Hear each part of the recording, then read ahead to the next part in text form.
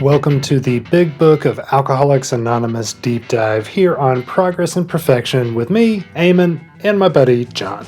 Like, why do we need this book? Yeah, right.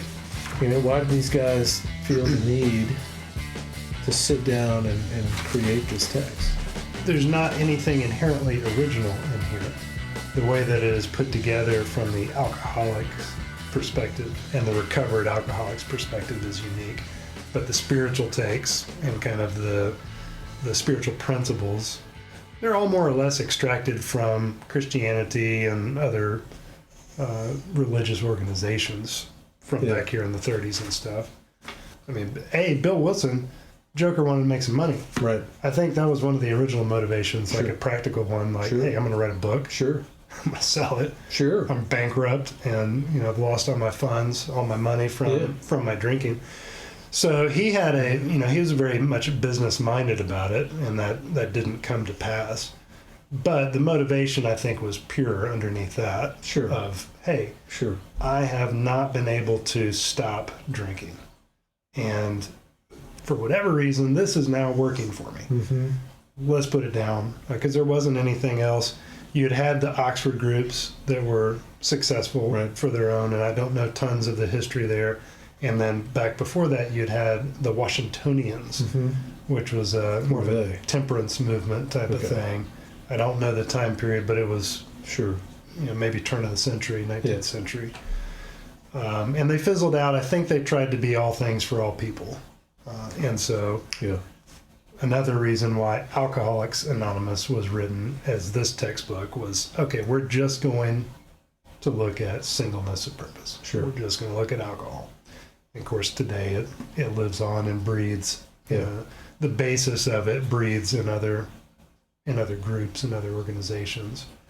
But that singleness of purpose kind of bound it together. Yeah. How much do you know about Bill Wilson's use of psychedelics? Not much.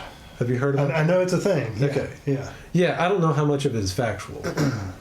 And in fact, I don't know how much of it is like sort of hearsay or legend or whatever, but like I've heard from several different circles, the idea of a spiritual experience and sort of the curative factor of and importance of that spiritual experience being birthed out of a psychedelic experience. Yeah. Because he had a bright light experience. I don't know that in the hospital was with psychedelics, but he had like a spiritual experience. Right. And best I can tell, he went on afterwards like, oh yeah, if you can have one of these, great, because it really helped me. Yeah, right. And if you can use something to get you there, that would be a positive spiritual thing. Yeah. I'll find a couple articles and put them in the show notes and stuff to accompany it. Yeah, we'll see. Because I'm not sure if that's legend or a creative way to excuse the idea of a spiritual experience or what. But I know that's been sort of in the rumor mill. Yeah. I think there's some fact to it, so I'll dig up a couple things. Yeah, check it out. All right, come back to this idea, this clarifying statement. Yeah. Where was it? So we've got two in the forward to the first edition. We got one kind of in the first paragraph that says, the first sentence, we of Alcoholics Anonymous are more than 100 men and women, so it's just a small little group, who have recovered from a seemingly hopeless state of mind and body. To show other alcoholics precisely how we've recovered is the main purpose of the book. Right. Okay, so maybe we need to make this kind of a no-brainer, but I think it's worth exploring maybe the parts of that statement. What's recovered? What are they referring to when they say recovery? Or we have recovered? The relapse cycle has been arrested. Because at this point, like when you were a drunk, best I understand the history of it, like you kind of shunned, you're an outsider, you're going to go on to your bottom and just kind of stay there. Yeah. So to me, recovered is, hey, I've arrested this for, a significant period of time, and I've found a way out of exactly what it says, seemingly hopeless state of mind and body. Yeah. It was not just for the alcoholic, but in society's perspective, this was a hopeless case once you had entered into the realm of addicted. Yeah. Yeah, it makes me think of rock bottom. Yeah.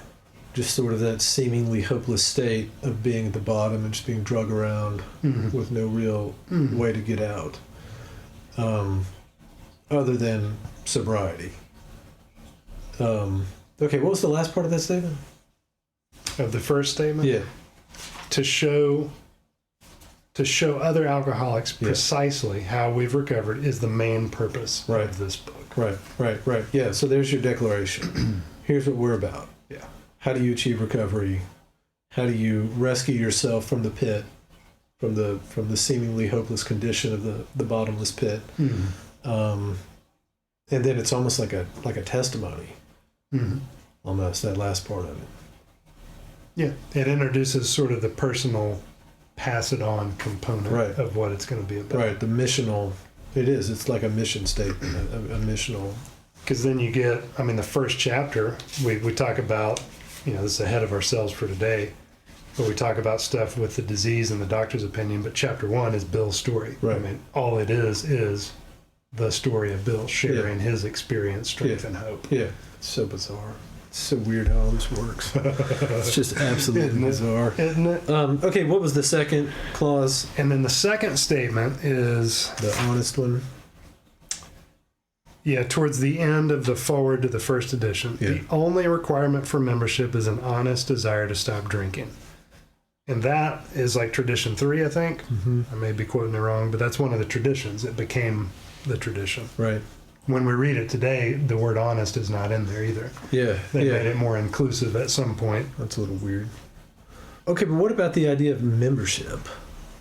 Required for membership as an honest desire to stop drinking. Why do you have to be a member of something? It's about belonging, fellowship. I think he and Dr. Bob, and this is me speculating, I think they kind of figured out when they first met each other, it was a two-way street. Help Dr. Bob out, help Bill out, and like to continue on, they had to help others. Sure. Yeah. And membership, if I'm a member in something, I feel wanted, valued, that whole deal. Right. Yeah, that's kind of what I was thinking too. Like, why do you need to be a member of something? But it's like not just the community piece of it, but it almost gives you a little bit of self-worth and self-esteem to be a part of something. Yeah. To be included in something. And then the requirements for membership. So it starts out with honest, which I think you said they don't have anymore, which is weird. Why would you take out honest? I've heard it opined upon that, for those that have a lot of doubts or like they got to be 100% sure, like just stop worrying about it. You don't necessarily have to even be honest about this. Just if you have a desire to stop, come on. Yeah. I don't know. It's kind of like taking, there's a part in how it works. Something about how it's where you have to find God. May you find him now. Yes, right. And they changed it to read, may you find him now, from you must find him now. So just small little tweaks. Yeah.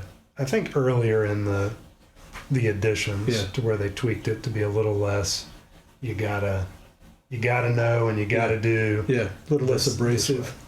Yeah, and I think like that follows up on something that we'll touch on throughout this, I think, this expository type of look at the book. But yeah, like that authoritarian, you have to be honest, this real sort of like or else type of thing, which I think a lot of alcoholics and drug addicts struggle with anyway. Like, we don't like to be told what to do. No, we buck up against that. For sure. So yeah, I can appreciate that. All right, the only requirement for membership is an honest desire to stop drinking. So that's kind of interesting to me because I think there's a movement going on, the whole sober curious movement, California sober, not really sure that I want to totally stop drinking. So does that mean that those people are not welcome in this membership, that they do not qualify for membership in Alcoholics Anonymous? Well, here's where Alcoholics Anonymous is curious in and of itself, because every group ought to be autonomous. So it's the upside down structure. My understanding, John's group over here can basically write up their own group conscious guidelines and do whatever the heck you want to a degree, you know. I think there's some non-negotiables, but even those at a certain point, it's like AA is not a judicial system where it's going to come in and say, well, here's your 4 demerits, change or else. It's like, no, it's the group and the individual are at the top of the hierarchy or whatever. And so I think that's why we see a progression of weird stuff in AA, weird to our perspective and what we've grown up, sort of quote, grown up in AA to expect. And certainly I think one of the reasons Honest was taken out to widen the doorway. Yeah, and I think the word desire too. Like I can have a desire without it being like based on certainty. You know, so I think that gives you a little bit of wiggle room also to entertain the idea of stopping drinking. A lot of groups also, like our group in the group conscious guidelines at the start of every meeting says, hey, it's a closed meeting, so it's limited to persons who have a desire to stop drinking. But then we follow that with, if you think you have a problem with alcohol, you're welcome to attend. And so it lets people that, you know, you're not going to show up there unless there's a good chance you got a problem with alcohol. Yeah, very rarely. I mean, outside of like, there's accidents, sure, I guess. But Well, yeah, and I think it's actually a requirement for grad school for most addictions classes. That's right. You have to go to an AA meeting. That's or right. An NA meeting or something. Yeah, that would be interesting to see some grad school kid like stumbling on a closed meeting.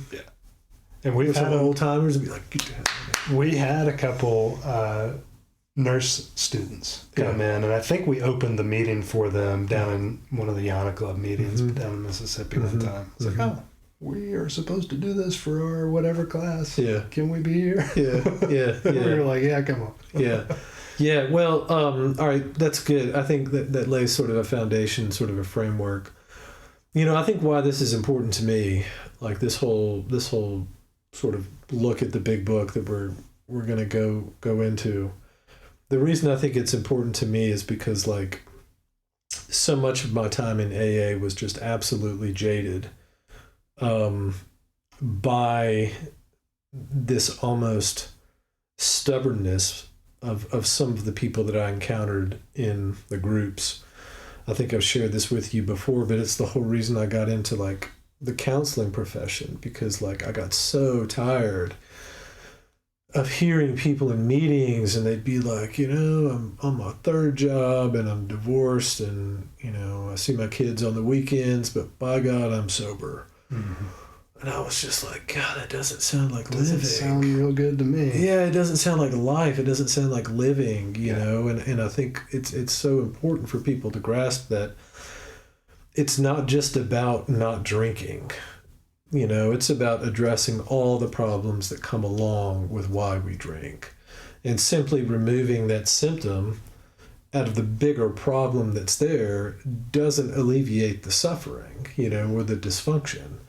And so I think like for me, that's why I'm so looking forward to this, because I hope that we can get into a little bit more of like the purposefulness of Alcoholics Anonymous and the purposefulness of this book. It's not just to get you like dry, and it's not just to get you clean. It's to give you an opportunity to pull yourself out of the bottom of the pit, you know, and live the life that the Lord has actually intended for you to live. And I think that's one that I go back to my old Presbyterian roots, but like that idea of glorifying God and enjoying Him forever. Being sober is definitely a part of it. But then there's so much more.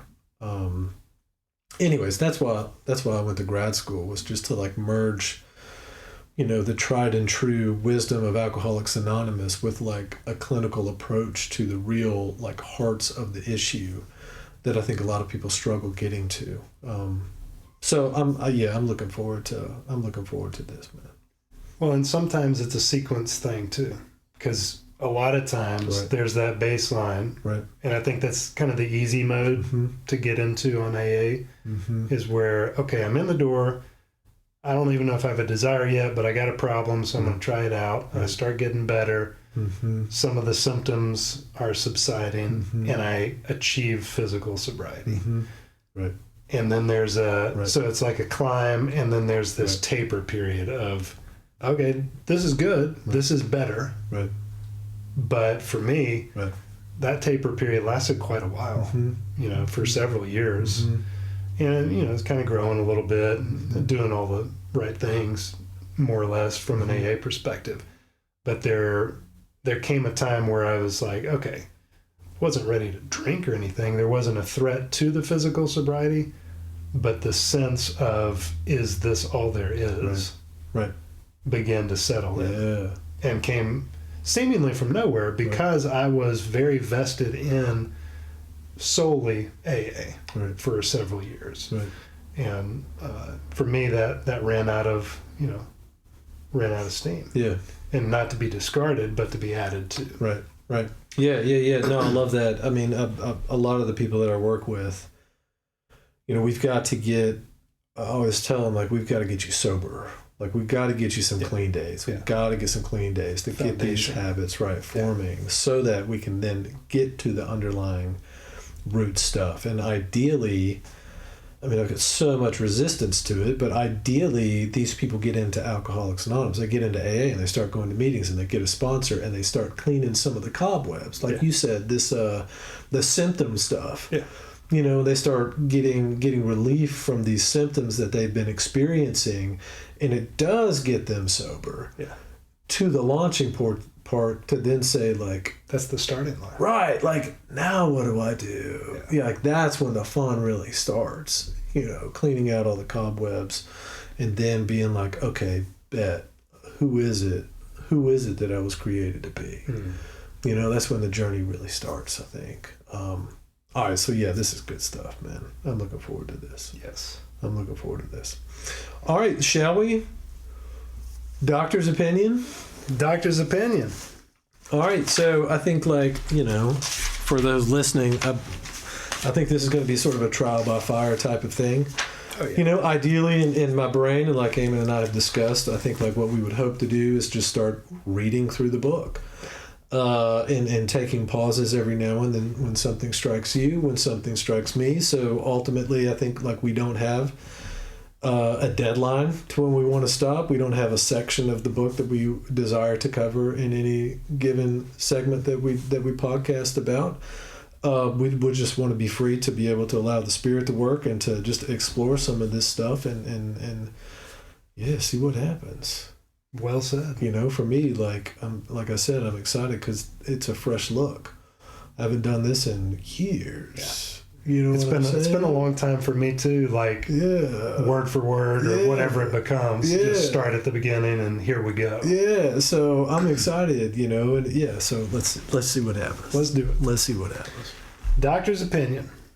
We of Alcoholics Anonymous believe that the reader will be interested in the medical estimate of the plan of recovery described in this book.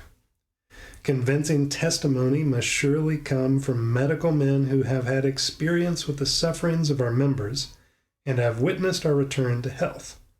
A well-known doctor, chief physician at a nationally prominent hospital specializing in alcoholic and drug addiction, gave Alcoholics Anonymous this letter. All right, so out of the gate, let me ask you, because you're in the profession of this, why are we still printing this guy's doctor's opinion from the 30s? That's a great... look, I got to be honest, I wanted that as well. Yeah. Why is this guy's version continue to be authoritative? Mm-hmm. And authoritative enough to be included in a text that's basically prescribed to help people get sober. And has undergone revisions. For editions. Yes, so we've got the opportunity. Yeah. We got the opportunity to ditch him and throw some new dudes in there with some new science in there. So I think that's a great question. Why is his take still relevant? But I think even prior to that, why is it important to have a medical, I don't know what you would call it, like a medical take anyway? Well, and they even say it's a medical convincing testimony must surely come from medical men who've had experience. Yeah, like why is that? Why? I mean, that sort of sounds an old school doctors know everything back in, and they still know a lot. Sure. No offense to doctors. But putting them sort of on a pedestal of, okay, here's somebody that's in the medical community signing off on the fact that this isn't a bunch of hokey nonsense. So I think originally it could have been a validation of sorts to get people to keep reading past the doctor's opinion. Yeah, because when was this written? 39. Right? Is that right? Yeah, 1939. 1939. And this guy, in the next little bit, he says in late 1934 is when he was working with Bill Wilson. Yeah. So this is mid to late 30s. Sure. Where his opinion is being formed. Yeah, and I think also, like, we've got to acknowledge, I mean, how did Bill Wilson get sober? He got sober in a hospital. And so I think, like, the medical community, whether he liked it or not, was a part of his story. Yeah. And I think we can see that now, like, I mean, medical interventions are necessary a lot of times. Oh, yeah. When people are getting sober. I had a discussion today with a guy, and he was asking just about the relevance of, I don't know if you've seen this or not, but Ozempic being effective in the treatment of addictions. Alcohol suppressant type of thing? Or? Yeah, look, I can't, don't quote me verbatim here, but I think it's an agonist. And so I think it's a blocker. I'm not sure, but he was curious to get my take on, like, is that type of thing necessary? And I think in a lot of cases, some type of medical or medicine intervention is pretty necessary. The problem is that it's got to be done on a regular basis. And so without addressing the behavioral part, which is more what Bill was lying into, and then basically the whole rest of the book is the behavioral interventions and sort of the mental interventions. Without those pieces, the medical intervention is worthless. Because, you're dealing with maybe thwarting off cravings, which is great.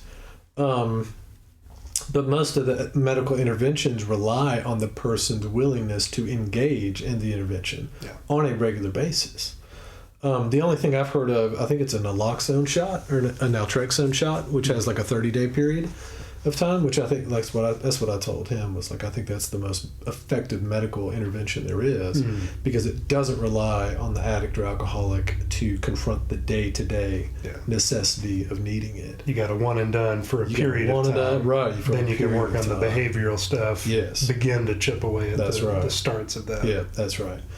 So I think for better or worse, even from the very beginning, medicine has been a part of recovery in some way, shape, or form. This, like, for people that are severe alcoholics, it's very unsafe for them to just go dry. They'll die, they'll go into seizures, and they end up in the DTs, and they end up dead. So they have to be detoxed. I had a client in my office one day that was detoxing from alcohol. Big time alcoholic, really kind of, touching case. But she was chugging beer in my office. And like a lot of times you run into like maybe an ethical boundary there, but I was like, dude, this poor girl is like detoxing. As long as I was sure that she had a safe way home, I was like, right on, because if not, you're gonna go into seizures. So like I think there is a place for the medical opinion and medical intervention. So I think like it's got to be a part of it.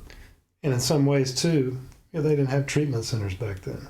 You go to the hospital. You go to the hospital. Capital H. So this guy was the first treatment counselor, whether he liked to be or not. Yep. And he did. I don't think he liked it very much at the time.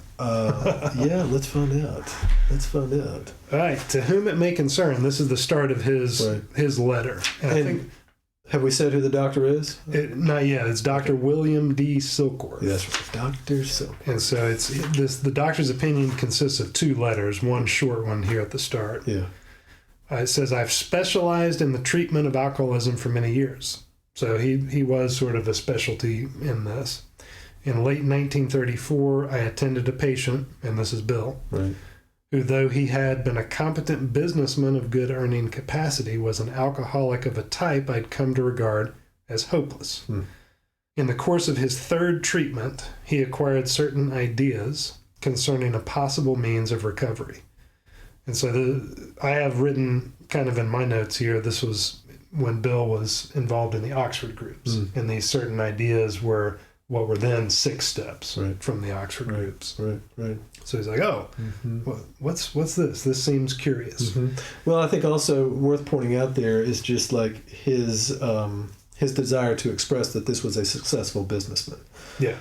It wasn't some guy that was like in the street, that didn't start hopeless and stay hopeless. Exactly. Like this was somebody that had stature, that had success, that was like elevated on the hierarchy, the dominance hierarchy. And I think that's just important, just because like it's letting the reader know right off the bat, this is a problem that extends regardless of where you are in your socio status. It makes no difference. And I wonder, for the normal quote person, if that's a known quantity. I mean, it's more known today than it used to be. Sure. It seems more not acceptable, but that there are issues that you need to seek help for. Right. Like when this is 20 years ago when you and I got sober, it's like, I didn't know what AA was. Right.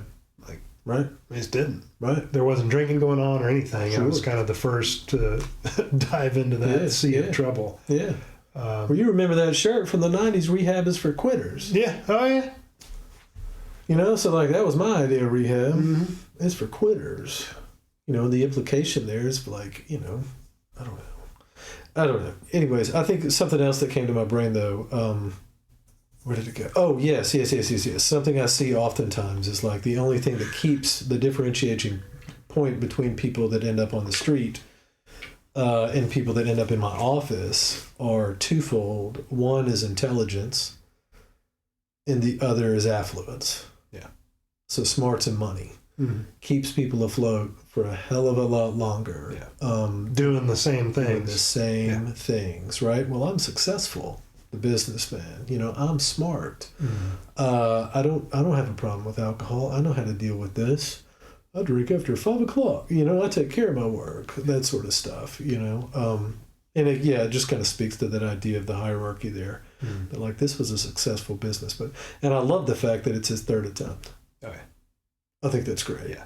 I think that's great. Like this was the third time potentially that the Silkworth dude saw him. Yeah. And therefore probably not even the third time that he had himself run up against the wall or the bottom, Oh, and we'll see that play out later on, right? Yep. Right, how many times have we said, I quit, and I'm done, and I switch from this to that. What's the one, the liquor to beer, or milk. Trying every different he's putting it in his thing. milk or something like that at one point. This won't hurt me if I mix it in that. Totally fine. Everything is totally normal. Whiskey and milk is a great combination. Oh, gosh.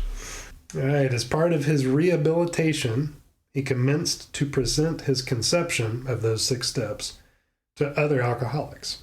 So kind of 12-step stuff right out of the gate, impressing upon them that they must do likewise with still others. This has become the basis of a rapidly growing fellowship of these men and their families. This man and over 100 others appear to have recovered. I mean, that's the summation of the whole deal right there. Right. Hey, here's some spiritual principles that seem to be working for these people that they're giving to me. I think if I share them with you, they might work for you. Oh, and I'm staying sober while I'm doing it. Right. You better do the same thing, and then we'll all be okay. Right. Well, what I love about that too, what stuck out to me there is that the inclusion of family. Family, yeah. I think that's cool because it speaks to just the systemic nature, that it's a problem that's not just a person. It's not the identified patient. In my lingo, it's the family system that's been affected here. And the family needs to be taken care of. of course the addict needs to be taken care of, but the family does also. Yeah. So I think that's kind of cool. And so far, no mention about medical terminology. I'm just saying. I personally know scores of cases who were of the type with whom other methods had failed completely. These facts appear to be of extreme medical importance. Don't you wish you knew what the other Yeah. things they Where's tried the were? footnote there? Right, what are we talking? Bloodletting? Tell me more. Leeches? Like I'd love to know like Shock what the other therapy. right, what the other interventions were. These facts appear to be of extreme medical importance because of their extraordinary possibilities of rapid growth inherent in this group. They may mark a new epoch in the annals of alcoholism.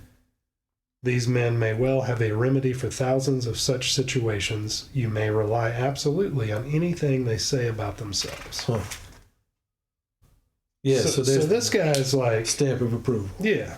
In very short time, he's gone from hopeless case on his third attempt, was once a successful businessman, and he's freaking hopeless now, to, hey, he's actually helping himself and others. You can rely on anything that they say. Yeah. What do you think about that phrase, rapid growth? What do you make of that? Well, he's seeing the spark here. He's seeing the spark, the infectious spark of, he qualifies himself as being a specialist in the treatment of alcoholism for many years. So he sees the depravity, which I can only imagine is just, so much worse, just the physical stages of it at that point in time in the hospital settings. He sees the depravity, sees the need, and then, oh man, what is this guy Bill? He's got a light in his eye. He's got a spark of something. So I think he was just seeing the beginnings.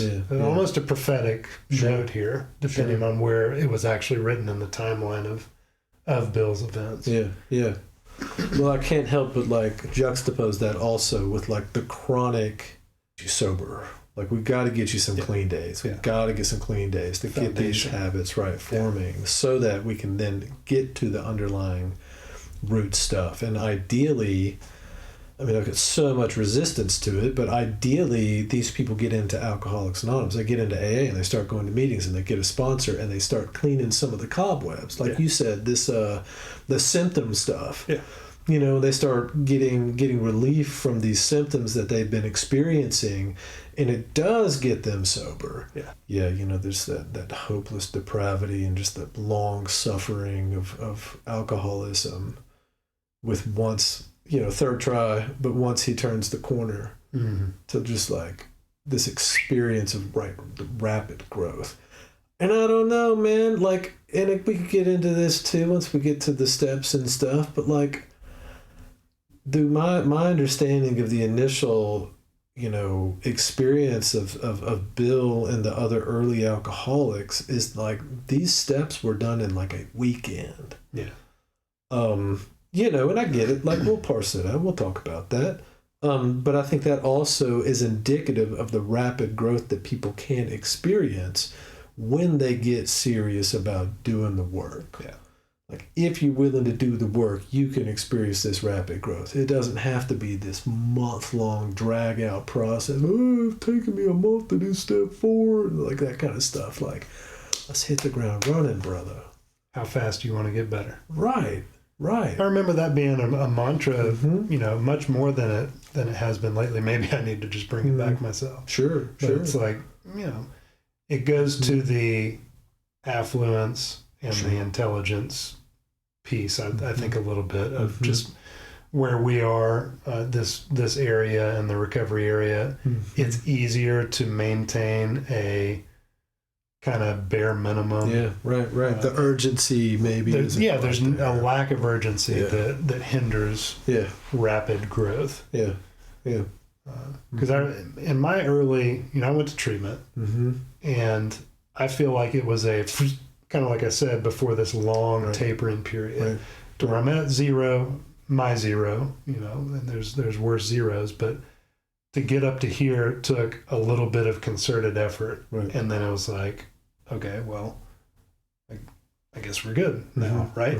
Right. And there lacked immediacy for a long time. And in some ways, I envy that immediacy, Mm-hmm. in the everyday, just living life. I think it gives fuel to Right. rapid Yeah, growth. that to- desperateness, Yeah. right? So yeah, just a aside, like, so these guys had, I think, like maybe 3 days Mhm. to be able to help the other alcoholic that was in the bed next to them. Yeah. And so, like, there was, to your point, this sense of urgency and immediacy, because they knew that, like, after 3 days, after they got this guy stabilized, he was He's out. So we got to For better or worse, we got to he's get on going the street. now. Yeah. We got to get through this stuff now.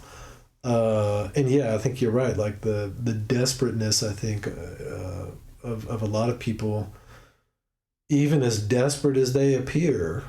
I mean, you've probably seen this. I know I've seen it. It tends to wane after the pressure's taken off. Oh, yeah. After they get stabilized and they get subsided, things aren't so bad, and the wife's not bugging me anymore, and the heat's off at work, and what step are you on? Well, I'm on step 3.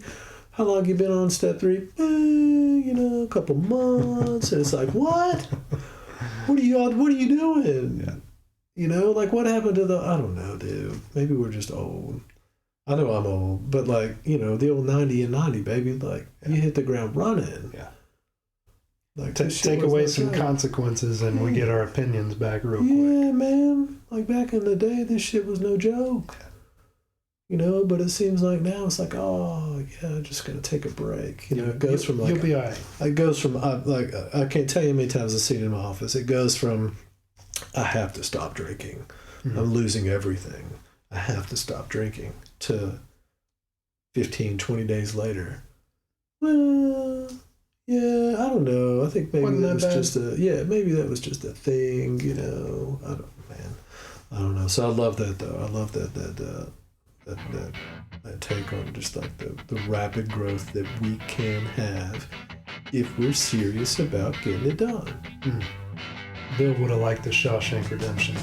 Get busy living or get busy dying. Oh yeah, brother. Let's go. Let's go. Shawshank. That's what it's all about. Yeah, for sure. For sure. All right, so that was Dr. Silkworth. That's Dr. Silkworth. That's his stamp of approval. That's it. That's his first. Yeah. We'll get into the next one next time. Yeah. Hey, thanks for listening. You can find us online at progressandperfection.com.